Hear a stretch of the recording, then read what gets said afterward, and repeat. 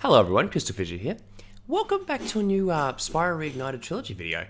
Today, we're here to talk about just this thing that happened to do with the music in the game. Now, everyone knows that, guys, I mean, I don't mind the original Spyro music, like I dabble in listening to the Spyro 1, 2, and 3 soundtrack every, couple weeks.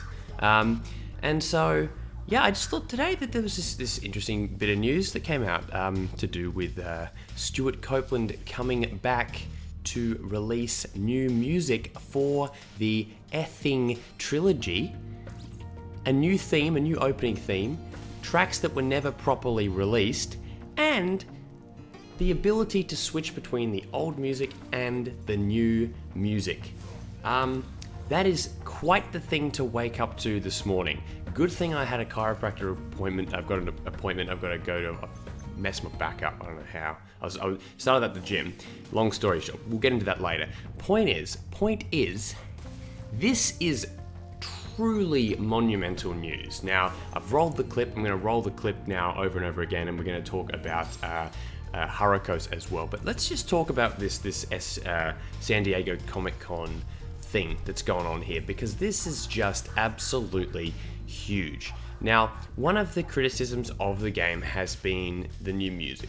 People obviously, it's a mix of nostalgia, of course, for the original sounds, but also some people prefer the more eclectic sort of almost experimental nature of the Spyro soundtrack, where like using a lot of, especially Spyro 2 and stuff like that, using a lot of they're worried about not using some of the distorted reality samples and stuff like that. There's like a lot of things sort of going on where people just absolutely love the original soundtracks for one reason or another, me included.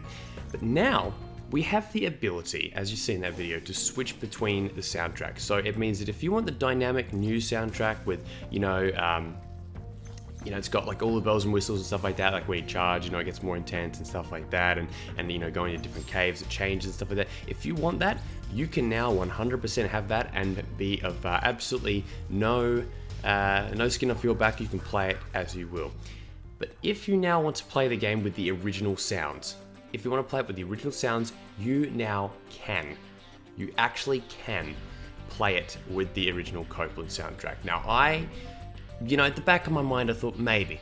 I know that some of the other guys, some of the other people in the Spyro YouTube community, they were confident. I know that Jordan Fringe was actually confident that was ability. So hats off to him, because I just didn't.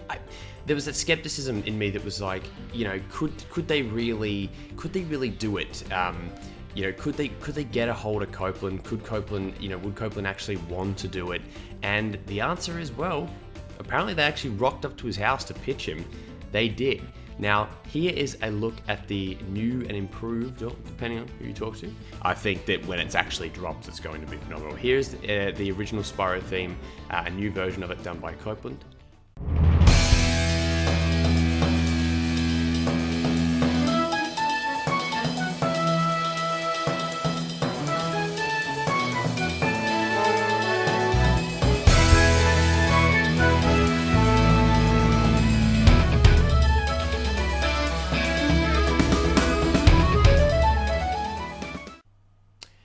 And you just know that's about to drop hard.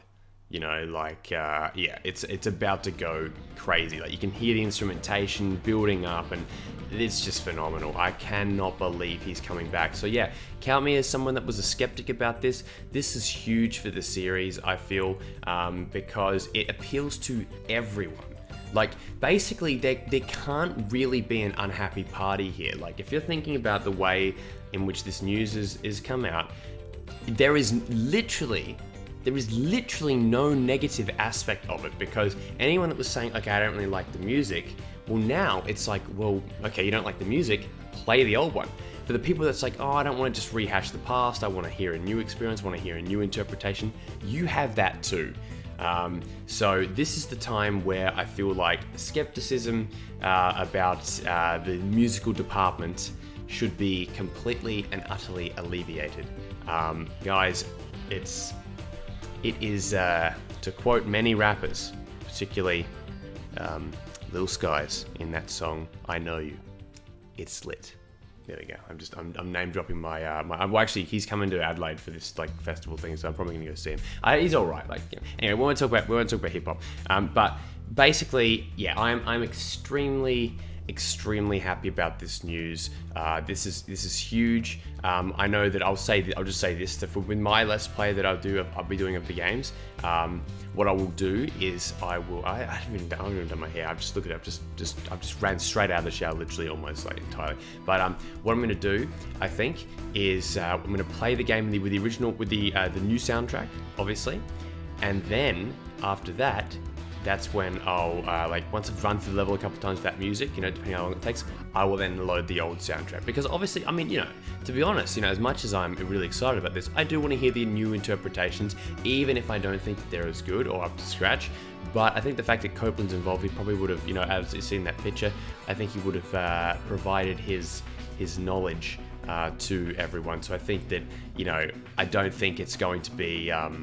I think, you know, based on how Colossus sounded, I was really happy with Colossus actually. So, look, let's you know, count me as someone that is not as much of a skeptic about the soundtrack anymore. I think that we're all good on that front for a while.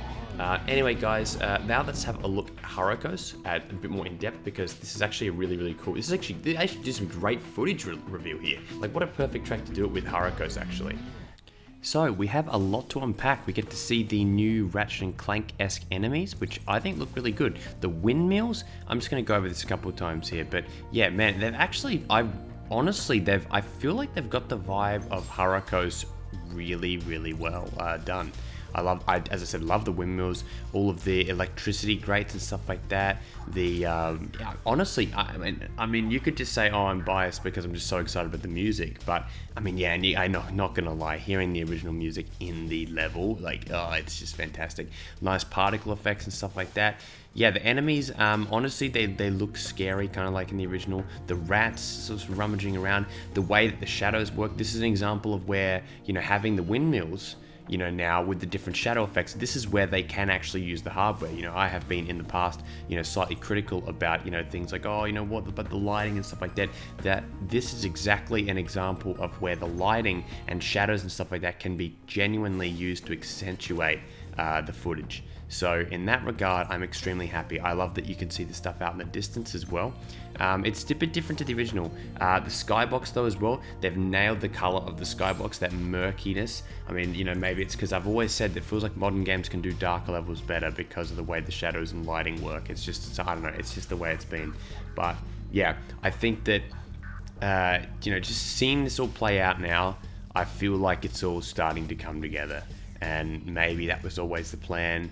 Maybe they've taken into account the criticism and praise, you know, all the good and bad, mostly good, you know, like, I mean, I think everyone wants the best for this. And yeah, looking at the enemies, they've got that Toys for Bob style, but they still feel intimidating and dangerous, and I think that the robots look really cool as well. But again, the windmills and stuff, and the way that the lighting works, all the blue lighting and stuff like that, like in that section, I mean, they always looked really good in the original game, but in this version looks fantastic. Yeah, he was wearing a hat. Yeah, he's wearing a hat. Yeah, kind of a white hat. It almost looks like he goes golfing or something like that in his spare time with his like more sophisticated father. Do you know what I mean? And then again at 50% speed. Look, oh, destruction. Total and utter destruction. Look, you can see the area with the, even where the gear grinders are being douchebags over there, and to my right before. And up at the top, you'll see that's like the electricity plant. I'm sounding like a New Zealander for a second there. Yeah, there's just a lot to like about this. And I might do a comparison footage thing later on. Maybe later, guys, I'll speak in an American accent like this. Yeah, okay. Hello, everyone. CrystalFissure here. Anyway, but yeah, this is, I'm excited. Honestly, you know what? Very vague analysis here because I'm just so pumped about all this stuff. And we got other footage too. Like, this wasn't the only stuff we got, but this is like the best quality stuff that we got.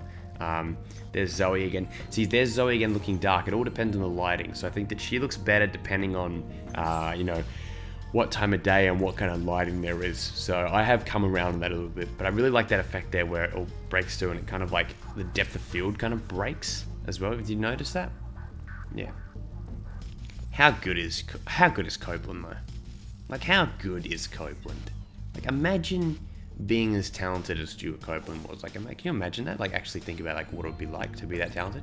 Because I actually don't know what it would be like. Yeah, to be honest. But yeah, Spyro's looking very radiant in this color as well. I really like it. In these kind of levels, it's like that perfect color of purple, if you ask me. And you see there to the left, you'll see the button, big red button. Do not touch the big red button.